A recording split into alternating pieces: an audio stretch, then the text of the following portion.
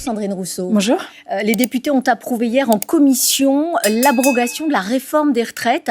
Alors, c'est l'ensemble de la gauche et du Rassemblement national qui ont uni leur voix pour qu'un retour aux 62 ans soit débattu dans l'hémicycle. Ça sera le cas donc le 28 novembre. Ça vous pose pas de problème de vous unir au Rassemblement national? Alors, il n'y a pas d'union, on n'a jamais demandé leur voix. Enfin, je précise que nous n'avons jamais demandé leur voix. Après, eux, ils votent comme ils votent, voilà, mais on n'a jamais demandé leur voix. Il y a quand même eu aussi un peu pour la première fois, un peu des fissures du côté de la Macronie où il y a eu quelques abstentions sur des amendements ou des articles là où il y avait jusqu'à présent un bloc. Et je pense que leur discours sur les retraites n'y arrivent plus eux-mêmes. En fait, les députés macronistes n'arrivent plus eux-mêmes à y croire. Et donc moi, je pense qu'en hémicycle, donc c'est en possible, séance, il y a un trou de souris. Il peut se passer quelque chose. Oui, il peut se passer quelque chose. Les discussions sur le budget vont aussi reprendre au Sénat sur la base de ce qui a été de la copie du gouvernement. Michel Barnier l'a dit, il utilisera sans doute le 49.3. On sent que le RN menace de plus en plus de voter cette prochaine censure. Il y aura une motion de censure déposée par la gauche. Est-ce que vous pensez que le RN va passer à l'acte? Et pourquoi il le ferait? Alors ça, il faut demander au RN. Moi, encore une fois, je n'ai pas de discussion politique avec le Rassemblement national. Donc, il faut le leur demander. À mon avis, s'ils passent à l'acte, et j'ai entendu qu'en effet, ils menaçaient de passer à l'acte, c'est probablement de manière très opportuniste parce qu'il n'y a pas de raison de le faire plus aujourd'hui qu'hier ou avant-hier. Enfin, en fait, la politique de Barnier a toujours été la même. Donc, au contraire, même sur les questions de pouvoir d'achat et notamment des petites retraites, même si j'aime pas ce terme. Enfin, j'aime ni pouvoir d'achat ni petites retraites, mais donc comment Barnier... vous expliquez ce qui ressemble à une forme de volte-face? Non mais voilà, il y a eu quand même des avancées là-dessus et cette volte-face, elle me paraît vraiment très opportuniste pour faire oublier leurs affaires judiciaires. Moi, je regrette vraiment, mais vraiment, parce que sur les retraites, ils ont eu 1000 positions différentes. Là, sur la motion de censure, ils ont 1000 positions différentes. Je regrette que la politique française, dans une période de crise aussi importante que celle que nous connaissons, qu'elle soit démocratique, sociale ou écologique, soit comme ça un peu prise en otage par des considérations opportunistes tout à fait secondaires en regard des enjeux qui sont face à nous. Donc je trouve que oui, il y a un énorme sujet d'opportunisme. Sur cette question de la motion de censure, est-ce que toute la gauche va faire bloc? On a l'impression que les socialistes s'interrogent, ils sont 66, s'ils font défaut, ça veut dire qu'il n'y aura pas de censure. Ah mais je les appelle à voter la censure, je les appelle vraiment à la responsabilité là-dessus. Il y a eu un vote des Français et Françaises qui nous mettait en tête et nous devons tenir cette ligne de faire en sorte que nous arrivions à gouverner pour changer la vie des gens. Et en fait, peut-être que ça va se jouer là. Peut-être que ça va se jouer dans les jours qui viennent.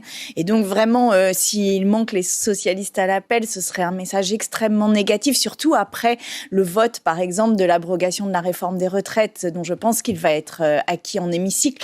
Enfin, voilà, les gens ont besoin d'une alternative. On n'en peut plus de la politique d'Emmanuel Macron.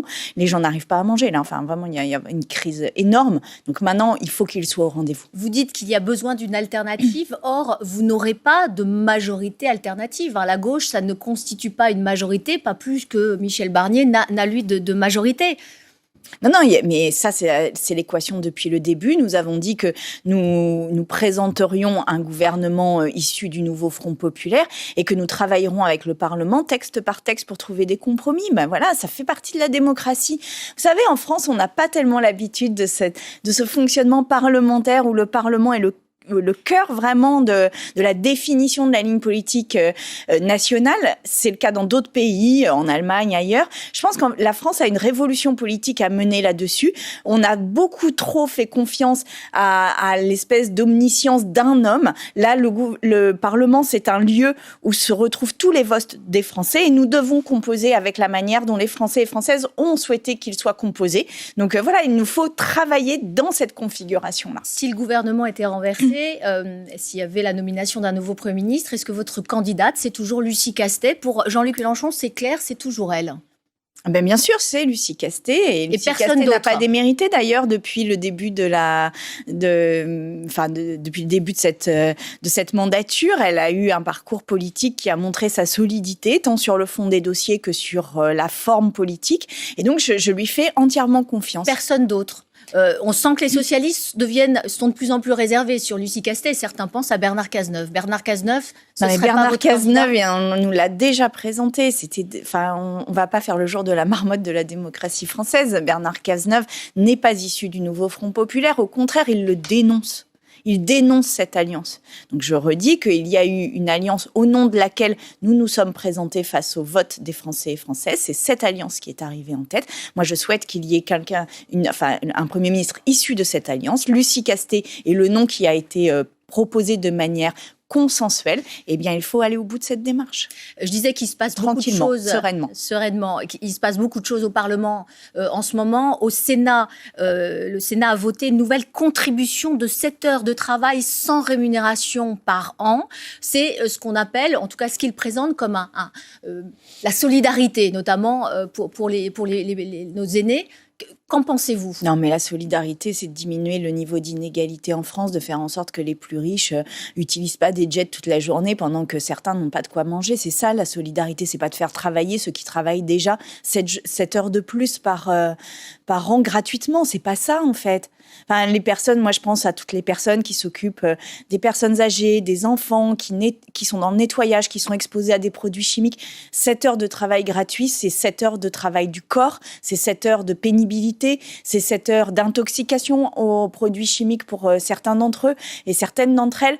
En fait, à un moment, non, on s'arrête dans cette société du toujours plus, dont on abîme tout. C'est une société on abîme tout. On abîme la planète, on abîme nos corps, on abîme tout, ça suffit. Vraiment, ça suffit.